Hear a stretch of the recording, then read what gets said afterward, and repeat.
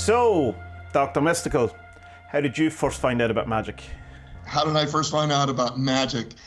So many years ago, so when I was a teenager, I read tarot cards, and mostly as a party trick. I'd had a lot of interest around the paranormal, and then as I went through kind of my mid to late 20s and 30s, I fell away from it quite a bit. And most of my job involves a lot of analytical thinking, certainly a fair amount of intuition these days, but a lot of analytics, a lot of data and details. And I started to really just wanted to get back to my intuition, get back to the types of things that I was doing.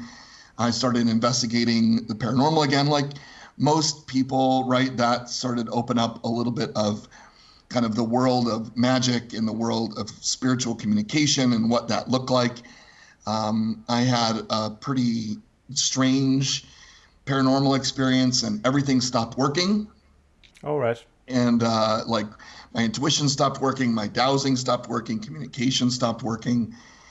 And I sought out a mentor to kind of say, what's going on? And he kind of reverse engineered me into seeing some mediumistic ability and working as a medium. And that's kind of how I came across it. Magic grew from that, really, right? Because once you're kind of through the keyhole, right, you realize there's a whole different room of spiritualism and beliefs and magic behind there. And that's kind of how I came to it, was working actively, being encouraged to work actively, and then wanting to expand that, right? I became a Reiki master teacher and all these other things, and then came to chaos magic through you and your work, and actually a colleague.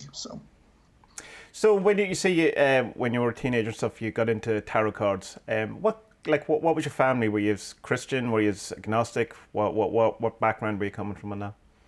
Right. So our background is, I think our family was kind of, I would say, probably spiritually Christian. We weren't active churchgoers. We weren't active churchgoers at all. We weren't Catholic, although I grew up in a fairly Catholic community. Okay. But I think I was kind of left to my own devices. Even so, my wife now grew up very Catholic, but believes in the spiritual bent of things. But it was still a little bit like, let's gather around the table at night and deal out tarot cards, and let's not invite everybody over, sort of thing. Right, so still kind of hidden, as sort of. How did you actually first hear of tarot cards? Like, how did they arrive? I'm not totally sure. I have a vague recollection of being in one of my first apartments with around kind of with friends, and maybe we were talking ghost stories one night, and it came to Ouija boards, and maybe that kind of evolved into, I wonder what else we could get into. We were young and dumb, and just opening up as many doors and portals as we could. Yeah. What was your first tarot deck then? It was the Rider-Waite. It was the Rider-Waite. I think everybody begins with that. And then later, when I came back to tarot after going through some mediumistic training and mentorship, Rider-Waite was the deck that I began with again, because I think it's a good base system for a lot of things. Yeah. So you kind of had this kind of dipped your toe in with tarot cards and stuff when you were kind of a teenager and stuff like that. What was it that was just basically getting the job and going into the real world that kind of took all that out, and it's kind of, was it like, and now we put away the childish things? Is it that sort of a? Yeah, very much so. I think it was just life gets a hold of you, right? And you stop. Yeah. You stop doing some of the hobby stuff and other things. I mean, later on, when life kind of, especially, when you're early career, you're working real hard, you're putting all your energy into making yourself, successful. But later on, I came back to the paranormal through a couple of experiences. It was when ghost hunting shows became really popular, and there were a couple locations around where I lived. So, we engaged in a bit of a hunt and had a lot of fun with that. Did you bring a demon home with you, or or anything like that, or find a haunted doll or something? No. But we had a lot of interesting experiences from shadow figures and voice phenomenon and electronic voice phenomenon. And we've, and over the years, I kind of settled into investigating one location pretty faithfully for several years and getting to know the paranormal activity in there. And that's where I kind of got into some of the more classical spiritual communication, glass swirling and dowsing rods and pendulums. And that was pretty interesting. And most of the time that was all voice phenomenon. There was the occasional movement or bang in the building. We'd had video of full body apparitions and All right. things being moved. So it was pretty interesting stuff. What do you think is like? What are ghosts then? What's going on there? What is the? Is it dead people? Is it kind of, I don't know, a recording or what kind of? From your experience, what is it that you think is going on? Well, I mean, I think it is the energy of. I think it is the energy of people, right? At some point, right? There's a lot of people who talk about demons and things like that, but and even in negative haunt situations, I've found that most of this relates back to some sort of it seems like it's more person energy, right? Human energy that maybe over time has become a little bit more inhuman or a little bit more dark, and that tends to be kind of how I kind of ascribe things. I have a friend and mentor, and he jokes, he's like, everybody thinks we're going to summon demons, but if you've read anything in the paranormal, you would know that it would take millions and millions of dollars and rare jewels and gems and minerals to conjure anything even remotely close to a demon. And most of the time they're not bothering you. So don't sleep alone. Yeah, it's an interesting one about the whole ghost things, because there's obviously we just say, let's agree that there is a phenomena. And even if there isn't an actual thing, people are seeing something. It's kind of what I feel about like the UFO phenomena, is that like even if it's not aliens, something's happening. People are seeing something. So even from an experiential point of view, it's an interesting phenomenon. That why are so many people seeing ghosts? Why are so many people seeing these? It's the TV show things. I don't think really helped cause that much, because it's just like they're so terrible, most of them. They are terrible. They are terrible. Yeah. They're terrible. And I've interviewed people who've been on them and helped with them and talked with folks. And everybody who knows me knows I hate these shows. And I don't think it helps, because I think it creates a little bit of mass hysteria. And I agree. I think something's going on. What that is, we don't know, right? But someone told me once, the paranormal is just the normal we haven't explained yet. And so something's happening. Let's figure out what it is and see if we can explain it. And would you still come from a fairly skeptical point of view, or would you say you're a true believer at this point? I think I'm probably more, I think I am a believer, but my investigative technique really kind of boils down to, let's try to explain things in the normal world, right? So if they're having sleep paralysis, I want to know more about the medication. I'd rather them be comforted that it's something normal, right? This is a side effect of a medication or an anxiety or stress in your workday that's causing a sleep paralysis, as opposed to your cat sitting on your chest and sucking your life out. So yeah, sure. And are you using like the pendulums and the dowsing, all that, as part of the ghost hunting, or is that a kind of a separate thing? Is that looking for treasure, or what are you doing with that? I've done both, right? I really fell in love with dowsing because it was so interesting to me, and because not a lot of people were doing it at the time that I picked it up, and so dowsing seemed to be fairly interesting, so it became part of the paranormal investigation. And sorry, just before we go any further, we should probably explain what dowsing is for people who don't actually know what it is. Can you briefly? Yeah. Dowsing. Oh my God. Yeah. Explain that. Explain just quickly. Yeah. So dowsing for a lot of people looks like using. A mentor explained this to me as the physical extension of the metaphysical, right? So your body is an antenna for spirit and paranormal and energies, and the dowsing rods are kind of just the extension of your body, right? So dowsing rods are little L-angled brackets of copper or brass or whatever, sticks, and they kind of move back and forth, open and close, and it can be fairly binary, right? It's either yes or no or on or off. But then people dowse with pendulums, and you can get a little bit more kind of letter orientation, and they use dowsing pendulum boards, and people use Y rods. And most people know dowsing because they hear about water dowsers and people who go around looking for wells and things like that. And I think I remember the first time I saw the water authority in the town I was living in, the guy jump out of his truck, walk with dowsing rods across my property. The rods crossed. He dropped a flag, got back in his truck, and took off. Yeah, I find that so interesting because like we ostensibly live in a kind of a very scientific kind of age, but yet we still get the guy out with the two rods to find when anyone builds a house or whatever, to find the water, and like we're fine with that. That's fine. That's a job. Yeah, that's okay. That's right. But anything else is crazy.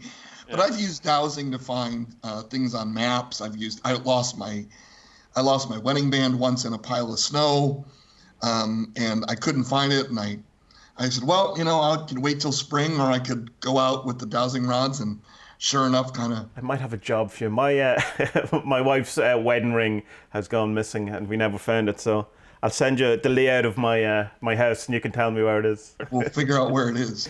With the actual, I know with the dowsing rods, it's the equivalent, I suppose, of having, the way we used to do it was like you'd have coat hangers inside, pens, so that the rods can move kind of freely. So there's kind of a less, in a sense, unless you deliberately move your hands, they're not going to move. Whereas with a pendulum, you can there seems to be more going on there that people would suggest, so I want to know how you feel about this, that the pendulum thing is more like subconscious movements of the person doing it. Do you subscribe to that, or what's your thought? Yeah, I do. I do subscribe to that. I mean, I think if you work really hard to minimize your muscle movement and what's going on, I like dowsing rods because mine particularly they kind of have ball bearings inside the handle, so even if I turn my hands, the rods don't turn. Oh, cool. Right? Right. So Yeah. they're fairly independent. But with pendulum work, it can be very much your hand moving back and forth, or your fingers moving, or you cough, or you have a nervous twitch or tremors. Those things can set off, particularly pendulum. But I think if you practice long enough and you get to know your own body movements, you can kind of read through some of that static and some of that noise. Yeah, but I suppose the kind of thing I would feel that my skeptic brain switches on is that if it wasn't just kind of body movements, then you should be able to, say, hang the pendulum from something and just touch it and it should move, rather than having that. So there is, and it doesn't, obviously. So there has to be some, I'm quite okay with the subconscious movement thing. Absolutely. I think it's, if it works, it works. Is there any other way you can do dowsing? I'm sure there's probably 100 different ways. Yeah, I mean, there's positive and negative dowsers, right? And so like you could dowse with anything, a shoestring. There's stories from the military where special forces units use like a shoestring or dowsing to they could dowse their way back to their camp or their base or whatever it is. And I've played with those ideas while I've been hiking to not deliberately get lost, but to kind of, which fork in the path should I take to get home? I obviously I made it back to my car at some point. Yeah. But yeah, I mean, you could dowse with a ring and a shoestring or I have a friend who kind of dowses by tapping her head. And I don't know totally how that works, but it works for her. Is it like an EFT thing? Is it like the tapping? Yeah, I thing? don't know. She tests. She calls it testing, and she says the energy just feels a little bit stickier. Oh, right, and like a kind of a kinesiology type way, like a muscle test kind of thing. Is it? Yeah. Right, I understand. That's interesting. Yeah. So that's interesting. And bobbers, right? So the Y stick is really just kind of a bobber. So it just kind of bobs up and down. And I think there's lots of ways. And I think all of it I think dowsing, when you look at spirit communication, really is, I think my mentor was exactly right. It's the physical extension of the metaphysical. It's whatever object you touch is just a physical demonstration of your antenna, your body, the thing that you're using to communicate with or it's what you would call it spirit bothering. And so, so whatever you're bothering spirits with, it's just the way that goes. But, I've done cool things. I have friends who do table tipping. I have friends who do glass whirling, and I've done glass whirling, and I think that's pretty fascinating. That's an interesting old school. So I interrupted you to explain dancing when you were going to tell me about your treasure hunting experiences. So I don't know if I have treasure hunting experience. I found things. So lost things. So it wasn't big pirate chests full of gold coins or anything like that. No, Sadly, no. it is No, it was like bottle caps, bit of a skull, bit of a dog's body, that kind of stuff. Old chicken wing. Yeah. So you were saying you were doing ghost hunting at this point, and this was kind of getting you back into whatever, one for better word, the kind of spiritual magic kind of stuff. Yep. So how did that then change? Because you're saying it got to a point that there was some sort of incident, say, that when everything stopped. Was it ghost hunting to this point, or was there kind of did you get back into tarot, or what was going on? Yeah, no, it really was ghost hunting to that point. And, what had happened was we were investigating a place, kind of a local paranormal hotspot. And there are a few negative stories about that place. There's not a lot, but a few. And they recur through different people, and they're fairly similar. And I don't know, it was a weird night. We were all together, the normal people, the regular people. It was a weird night. We heard an audible call for help. We're in a neighborhood, so we went outside and looked, and to try to see if is this normal? Well, is this real world? Yeah. And as we kind of went through the night, things started to, my kind of what I usually refer to is like my spidey sense started to tingle. Right. Okay. Right. And I wanted, we wanted to kind of investigate this, and there's reports of all kinds of people being, doing paranormal investigating, feeling touched or grabbed or pushed or shoved, and that's what happened to me. So we broke out the dowsing rod. Said, let's get out of recording voices. Let's do some dowsing, and we started to, I don't want to say antagonize, but we started to question the reality of what we're getting, and started to offer, are you really this? Is this really happening? Is this really who you are? And things just seem to be weird and easy. And I kind of just said, I don't really think this is what's going on. And someone asked to kind of take over the questioning and started asking really specific questions about a story that none of us really knew. Like what the spirit was wearing, and were they wearing Mary Janes and frilly socks and, plaid skirts. And it's very kind of like, these are not questions you ask in a paranormal spirit bothering session. You usually say, sure. When did you die? And, and so this was weird, but every time the question would get asked, I would answer verbally. I would say yes or no. And I wondered what that was. And then my dowsing, I got kind of, because it felt like I was being grabbed and pushed. And then after that, nothing seemed to be working. My dowsing rods would just spin in circles. And it was right around Halloween. So, and there I saw a dowsing class being offered. And so I said, for a couple of bucks, I'll go and take this dowsing class and ask questions.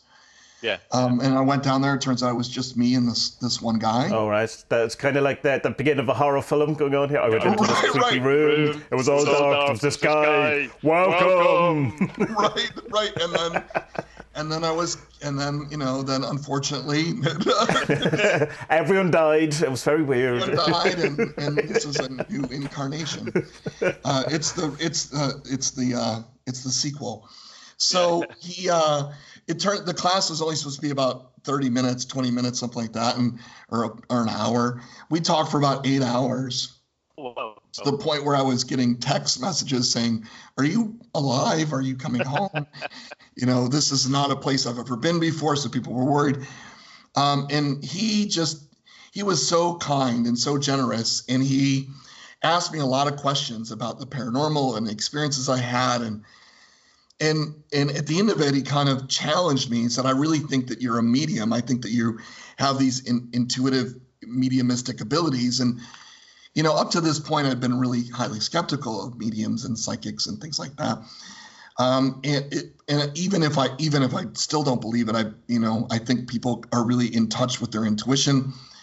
And he's like, look, would you consider coming in for this mediumship development thing? And I was like, that's phooey, right? That's complete hogwash. And I'm not going to do that. He's like, I'm not going to spend the money to do something I don't necessarily believe in. And he said, come anyway. I'm not going to charge you. Come anyway. And if at the end of it, you want to make a donation of the class fee, do so. And if you don't, then don't, right? If you don't have, I come down there skeptical as hell, and nothing is going to happen. I'm like, this is crazy bunk, right? Phooey stuff. But yeah, you still went.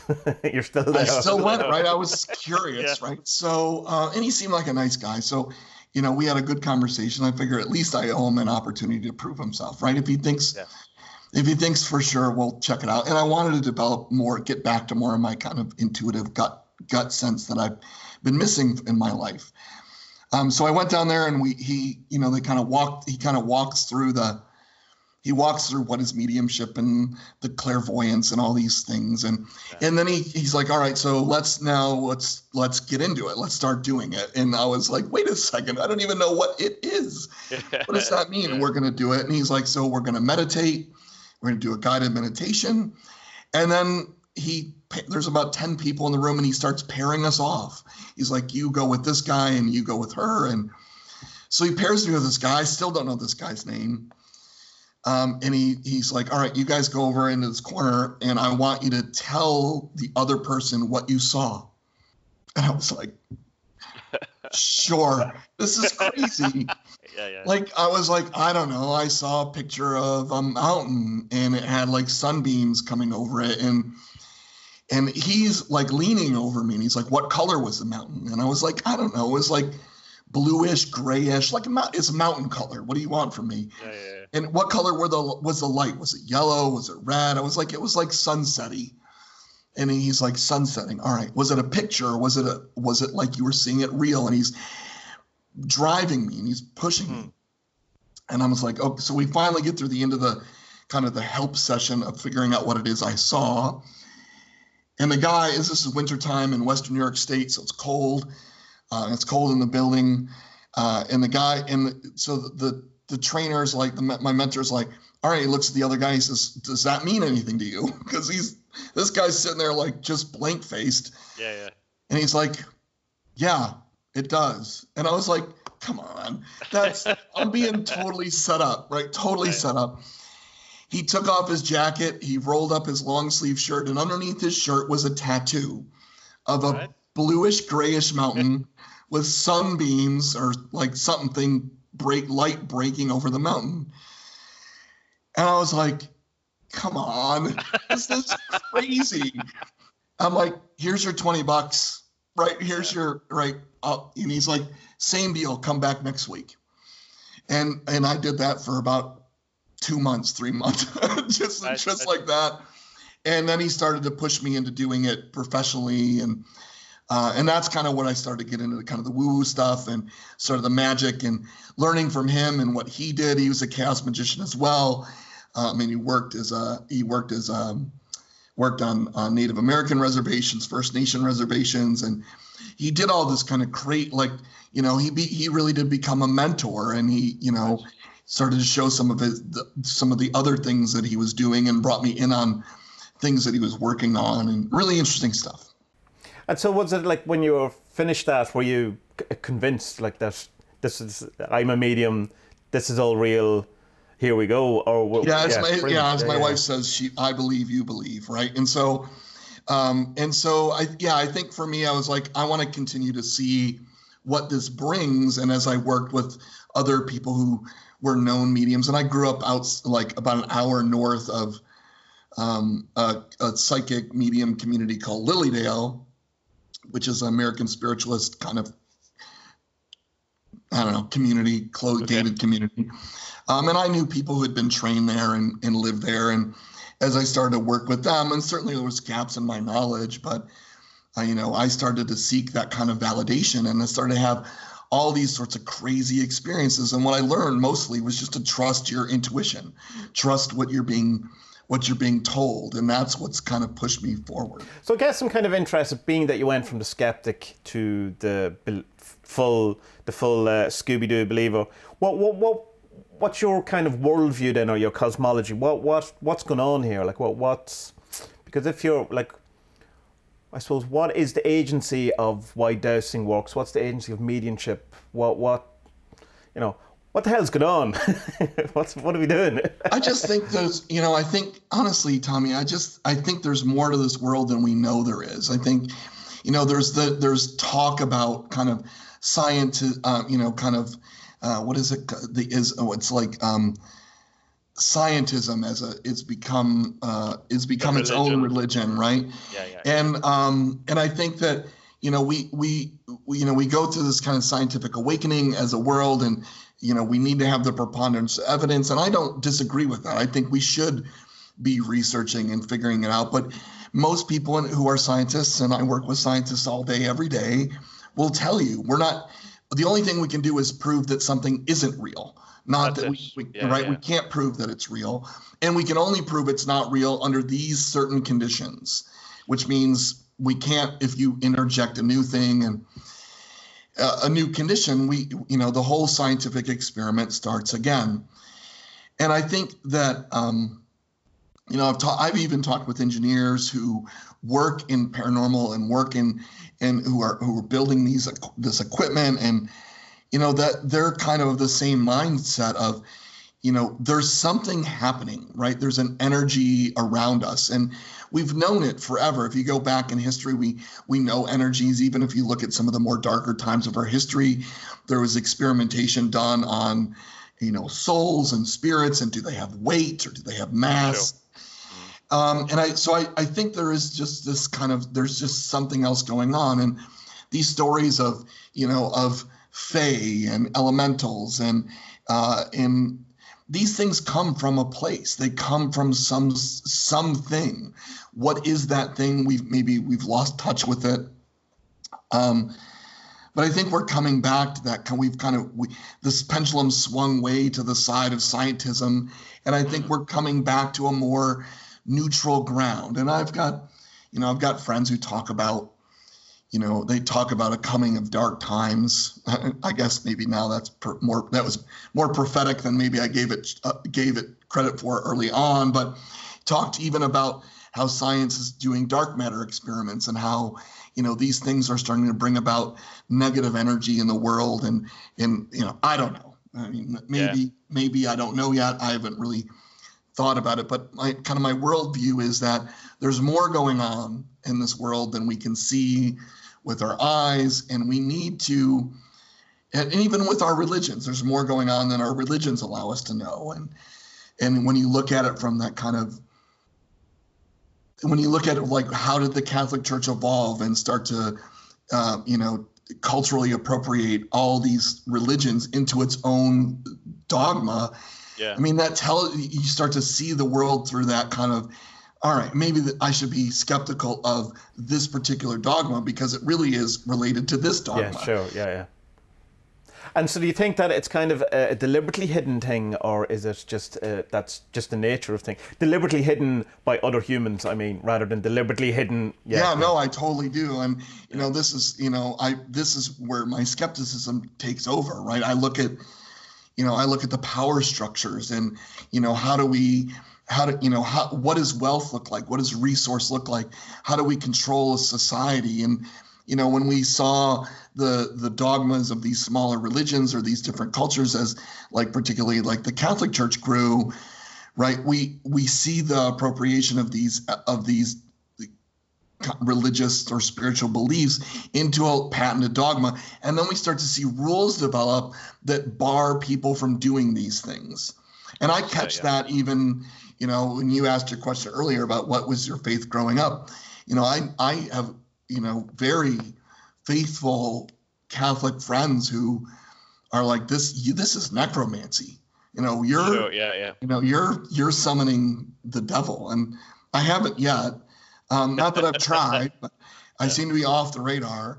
But I think that, right, we barred this particular power. But if you look at religions, what are priests and priests and druids, and if not mediums, right, or not sensitives, intuitives that are channeling. Well, I mean, things. like the Mass, the Catholic Mass in particular, is the most magic ritual, like an example of magic ritual you'll ever see. Like it's so weird because like they have this whole notion of let's drink the blood of God and let's eat the body of God. But that's fine. That's not weird at all. That's just normal. But you with your tarot cards, that's Satanist. Don't do that at home. Yeah. Well, that's it. Yeah, but yeah, right. Yeah. And then the tarot cards, right? Yeah, that's necromancy, right? I'm summoning the demons to come forward with messages of hope.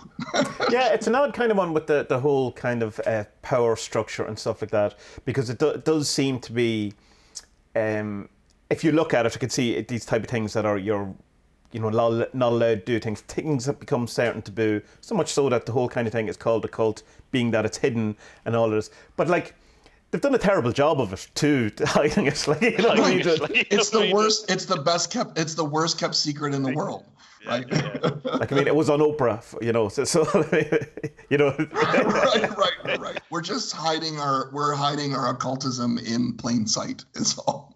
Do you think it's the people who are hiding it, or the power structures, or ultimately the people or the beings that have the most control, or do you feel that the actual inert magic quality of the universe has more say, or what way is that battle in heaven working out for you? A battle in heaven, goodness. Yeah.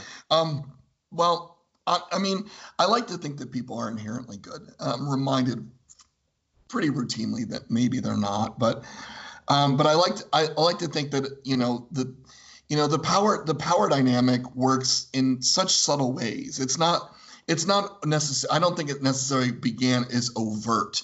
I think it began as we understand this more because we're attuned to it and we study it, and you, the general public, the lay person, don't understand it, and you're not using it in the way that we want you to use it. So let's create a structure around ways that we use this. And we see this even today in corporations with policy creation and filtering of information up and down the ladder. I think that I don't think anything's changed. I just think that the power structures are less transparent and less open with kind of, than they could be. And I think, I do think that the reason why there are these little pockets of occult resistance, right, that connect to each other, I think it's because the overarching view of the universe is that we should all be allowed to explore these things. I don't necessarily, and I tell this to people I work with, I don't need to be your intermediary. You can ask spirit or the universe or whatever you want to call your deity any questions you want, and you can get the answer for that. If you want me to help you as the intermediary, great. But you don't need that. I don't need that. And every once in a while I'm confused and I ask, but, ask someone to help me out. But, I just think that I think we need to have, I just think the power structures, and I don't think it's overt or necessarily evil. I think that it's just been attributed to that over and over again in time. And then at some point, Tommy, we can't unpack that. Sure. Right? We can't go backwards and say, all right, let's just open all the books and let's all just storm the Vatican and, get into the sub basement with all the secret texts. And, we can't, that's not going to happen. Maybe. My kind of, without being I'm not really a conspiracy guy. I like them from the kind of entertainment point of view, but the thing you look at the power structures is the main kind of teaching, I suppose, that you get from it, or the instruction, is that this insistence on thinking that you are worthless and a bad person, and from a religious point of view, it's like you're a sinner, you're not worthy of God's love and all this, and that comes then from. But it's even that translates into things like Twitter and the woke movement and this whole idea of privilege and how dare you be happy and content, look at all these people who haven't that, so it comes to the point that not even the power structures but ourselves self-policing this insistence that we all should feel shit about ourselves, and like that's weird, isn't it? Like that. Yeah, that it is weird, and I think that's part of, right. If you look, if you want to be a conspiracy theorist, right, you look at the propaganda around around the social movements and around the power structures. And, they,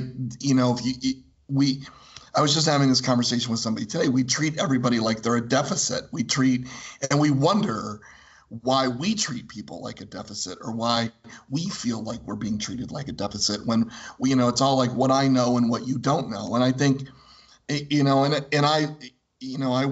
in my regular work, these talks of inclusion and diversity and privilege and power dynamics are regular.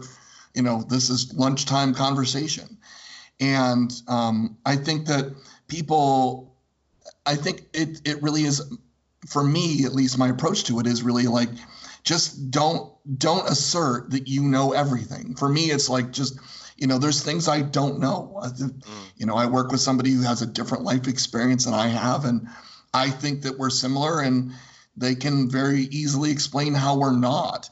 But it's about not being a jerk to one another, and it's not about him saying to me, you don't understand because you come from this background, as opposed to, I want you to hear my story and what that means to me, and let's then move forward from that point, right? I think it's a leveling of the conversation. I think we're all, I try not to feel like crap about myself, but, I admit that happens routinely.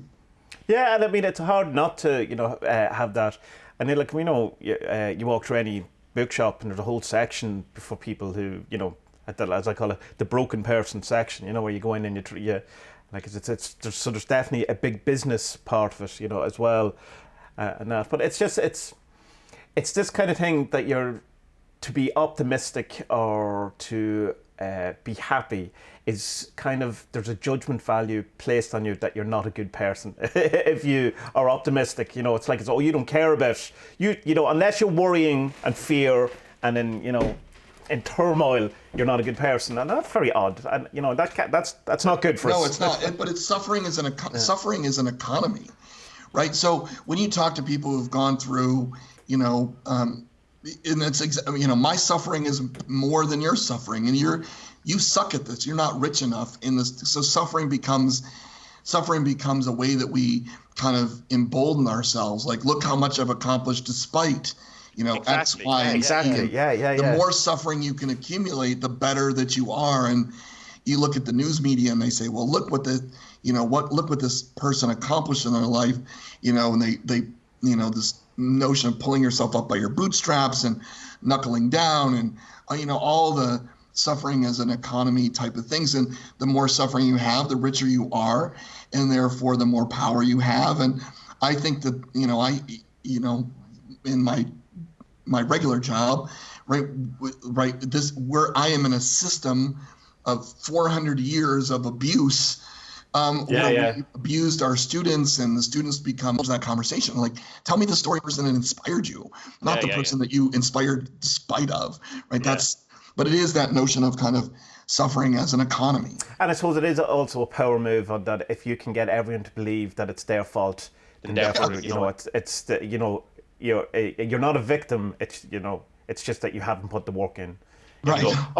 But hold on, sir. This is an unfair system. No. No. If you work hard enough, that's right. You can get whatever you want. That's right. Sure, it's a lot of hidden stuff, but if you worked hard, you'd get there. Just like I haven't. And don't even consider the fact that it's everyone from the same family is at the top of this tree. Don't. That's nothing to do with it. They all just worked very hard. That's right. That is only going to reinforce your beliefs that you're being subjugated.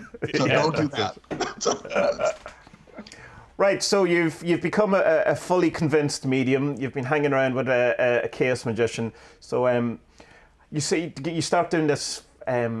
In a kind of semi-professional, professional manner? Are you doing stuff at that point? Yeah, I mean, it's a side hustle, just like it is now, right? It's a side hustle. But I mean, I do it in my own practice, my own magic, my own rituals. This becomes part of, it starts to become part of who I am, and part of the way that I see the world. And, and I get encouraged to continue to practice it at, fairs and gatherings and shares and demonstrations and classes and things like that. And that's all well, and it's all kind of well and good. And I fall into the community. There was a pretty active community where I lived, and I fall into that community and start understanding a little bit more, right? And the paranormal also takes off from this point too, right? I start meeting people who hunt Bigfoot and UFOs and cryptids of all sorts and kinds, and I start to meet all these people who have these beliefs that I've never even.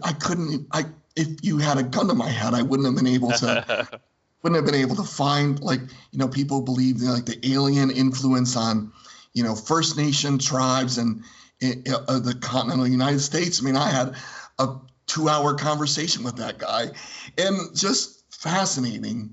Yeah. And so I start picking it up, and I start getting traction. People ask me to come in and do work, and that's kind of where I wanted to kind of differentiate what I did.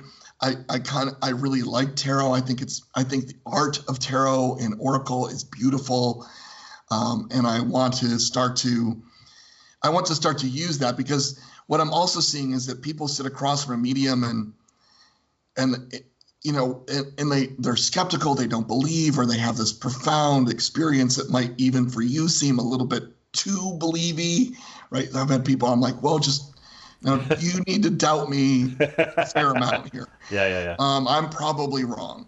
But for whatever reason, tarot just became that bridge of believability. It wasn't that I was saying it; it was that the cards were saying it. Right. Yeah. And that it gave us kind of a place to have that conversation, something to look at and something to think about. And it's kind of like going, if you and I were to meet and not have coffee, it would just be us chatting, and that might seem strange. But if we have an object in front of us, like a coffee or a pint or whatever, right?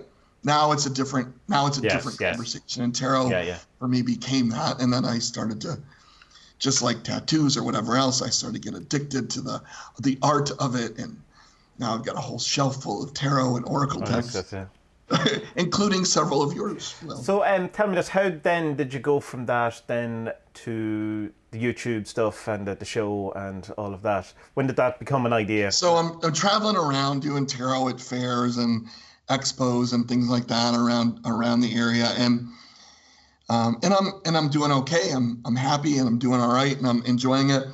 And what I noticed was people have been doing this for 20 or 30 years. They're lined up. I mean, people are just, like, to the point sometimes where they're almost exclusive. And rather than be in the structure of, oh, well, to hell with me. I mean, obviously I suck at this and they're much better at it. And I need to pay my dues for 30 years. 'Cause I don't necessarily think that's true. I mean, we're all given a kind of deal that we're all given the kind of the same amount of potential. What we do with that, it becomes important. Also at the time I started, I wanted to know more about tarot and started to do more. And I saw a friend, they were doing a Facebook Live from like Niagara Falls, or they were going shopping, or they were buying candles, or I was like, I could do that, right? I could do that, and maybe learn a little bit about tarot and build a community around tarot and around spiritualism and around letting people be seekers and figure things out and ask questions. And that's where it started. And then it became a conduit for me to continue the work, even though I relocated my whole family from New York State to Florida. Even when I was living in New York State, good advice I got was don't work where you live. So I was on the road and exotic. I'm exotic because I come from the crappy town up the road. And so that's kind of what I started to use YouTube for and Facebook for, was doing readings, just to continue to do readings and have a little bit of fun with it, build a community of people that were curious and had fun. And then it took off into its own, I refer to it as my community as for expediency, but it is far from that. It is absolutely their community. And every time I make a change, they remind me of that. But it's more than just tarot readings and stuff that you do. You talk about different decks, and you've been doing some, was it blacklight stuff on it recently I've seen, or the dark, what's that called? Dark light, black light? So I've been doing blacklight tarot stuff because I I saw, and I can't, and I'm terrible, and I should absolutely know who this was. But I saw a picture of a tarot deck called the Lightseers Tarot, which is a beautiful, beautiful deck. Even the cards are kind of like silky smooth. It's like a really fun deck. It's like an old pair of jeans. And I saw a picture of it in blacklight. I was like, what is that? What is going on in that picture? So it turns out I had some blacklight bulbs for no real good reason. And I'm not one to get rid of a lot of stuff. So I broke them out and I started to look at the deck in blacklight and I was like, this is a thing. This is a thing. And now I'm bringing them all down off my shelf, seeing which ones work and which ones don't. And it's interesting because we're starting to I see the decks now from a different perspective. And I haven't gotten totally into sitting there and meditating on each card in blacklight, but there are elements that are hidden by the creator. And even in the 40 servants, so you have the black background with the yellow red unifying sigil. Yeah. But if you take that image and you alter it, you can see all the sigils behind the black thing, right? There's an Easter egg in there. Sorry if I tipped that off. But shush, what are you doing? You're ruining the magic. Right? So there's all this stuff that I don't know if it was intentional or not intentional. But I'm curious about it, and I think it makes the colors pop. And so even if it's just from a cool art perspective, it's something to do. Yeah, and you're probably going to see, particularly with different printing process and stuff, like different, bits of the art, like different line art, because the blacks will be slightly different, and that's very interesting. So even if it's not definitely a deliberate thing by the artist, there's always going to be kind of some cool things. But even cooler if there is the proper kind of Easter egg stuff, Like that's what I would love for someone to say, "Oh my God, you found this! What an amazing!" Right? And maybe that is. I mean, that particular deck, the Lightseers Tarot, has faint white lines, and they are sigils and symbols, and so I knew that they were there, right? You can see them in the card in normal light, but when you put black light on them, right, the white pops, and you really start to see a little bit more of, in my opinion, what that particular deck is, that kind of connection from that, we see that as the kind of white becomes almost that spiritual energy through the cards. So maybe it was intentional, maybe it wasn't, I don't know. What exactly is the black light? Is it just a UV light, or is it something? Yeah, it's just a UV light. I got, it's just a UV light. And I probably don't even have real black lights. I probably have like fake black lights. But whatever. It's just a UV light. But it also shows you all the lint in, I can imagine. Spilt whatever. Cat hair and all of this stuff. Right. Yeah. So I've gotten, break out the lint brush and make sure my background's clean and stuff like that. So what's your plans for the future first? What's given that the apocalypse doesn't happen, what's your plans for the future? It's happening. I think Tommy and me, I think for me, I've eliminated, I always have ideas, right? And I'm prone to chase those ideas down for a little while. And, and I've created my own things. I think for me right now, the tarot readings gave way to learning about the decks and the creators and their intentions and their magic around the deck. And I think that's really interesting. I have my own system, my little dice that I use that have symbols on them, and I read with those periodically. And a good friend of mine helped me create stuff. Although now she says I could do it myself, but whatever. Yeah. But I think for me, I want to continue to kind of build tarot as a community. I think that it's an art form. Not only the creation of it, but the reading of it. I'm fascinated by people who read. I'm also fascinated when people are like, "You're totally wrong about this card. You are totally wrong about this card," and so you need to stop saying that. That's my magic. For sure. I appreciate it, and I'll think about it. But I'm working on my own deck right now, so I'm working on my own Oracle deck. Mm-hmm. And I don't know, I'm kind of in the beginning stages of that. And I'm going to start talking about that more on YouTube and more about my creative process and what that looks like. And right now I'm just kind of in laying out what are the cards, what's the theme of the deck, and what are some of the cards and the meanings and the messages. And I want to continue just to deliver. For me, this was a hobby, right? This Magic was just something I could do because I can't sit around and talk to my young ones about it necessarily. Tarot became a community for me. So I just continued to try to build that community and sustain the hobby. Folks kind of my deck reviews and flip throughs and things seem to resonate with people. And I'm honored by that, although I'm stymied by it at the same time. So I think that it'll continue on just growing from there, being consistent. If I had to set down a purpose, it's really to kind of build some. I think I'm done working for other people. Right. Yeah. And I don't proclaim to ever want to do this as I don't want this to be necessarily I don't want to be a professional tarot reader and let this be the sole support of my family and where we're going. But we want for different things than we have to support our kids and their needs and what they want to do in their lives. And I think for me, tarot and the Dr. Mystical stuff that I do is a proving grounds, right? There's a lot of other things that it creates, right? Just like with you have the 40 Servants and comics and music and art. And, I have a lot of that going on. My daughter and I are building a card game together, and that's not necessarily Oracle. And there's all these things that I can do from what I do in my day job that I can start to bring out and be more creative around that process and start to build a life that, that I can feel good about. And I'm not beholden to somebody else's thing. I think if the apocalypse doesn't happen. Yeah.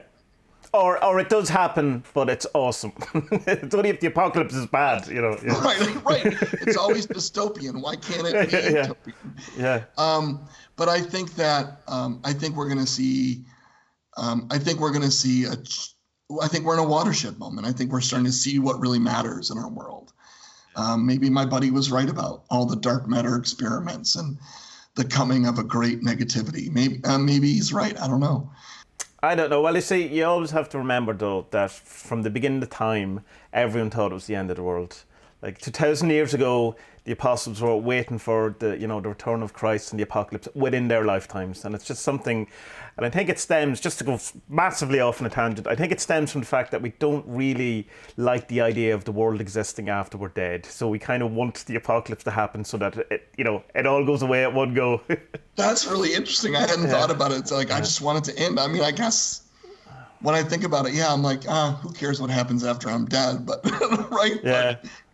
But I suppose also, like, if there are doing all these, like CERN, and you have people saying that CERN created the Mandela effect and all this kind of stuff, why can't it be cool stuff? It doesn't have to. Why do we always go straight to, Kali is the destroyer? Why not Kali is the mother coming along and, or something good, like open up a wormhole, and it's not Cthulhu, it's, someone with a pirate chest full of treasure and go, here you go, that's you.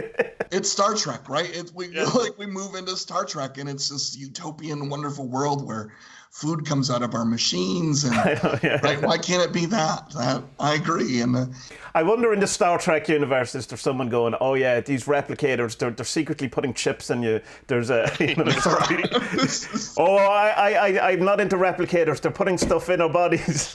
That's right. The kind of the Leonard Leonard McCoy, the Dr. McCoy's version of I don't get in transporters because they. Oh exactly that. Yeah. Right. Maybe there is. This is great fan fiction, right? It's a rewrite of Star Trek that this is all very. No, don't eat that fake food. Yeah, he won't use phasers. He's all about the essential oils. That's it. That's That's right. That's right. So tell me, is there anything you want to talk about that we haven't talked about? Is there something? Oh, I mean, this has just been an amazing conversation, about what's going on. I'd love to know what you're doing next. You said, what are you doing? Where does it go from here? Where does it go for you from here? Oh, well, I'm doing a comic. That's my next big thing. Well, it's a comic that's also hyper sigil. It's also my attempt to change the world.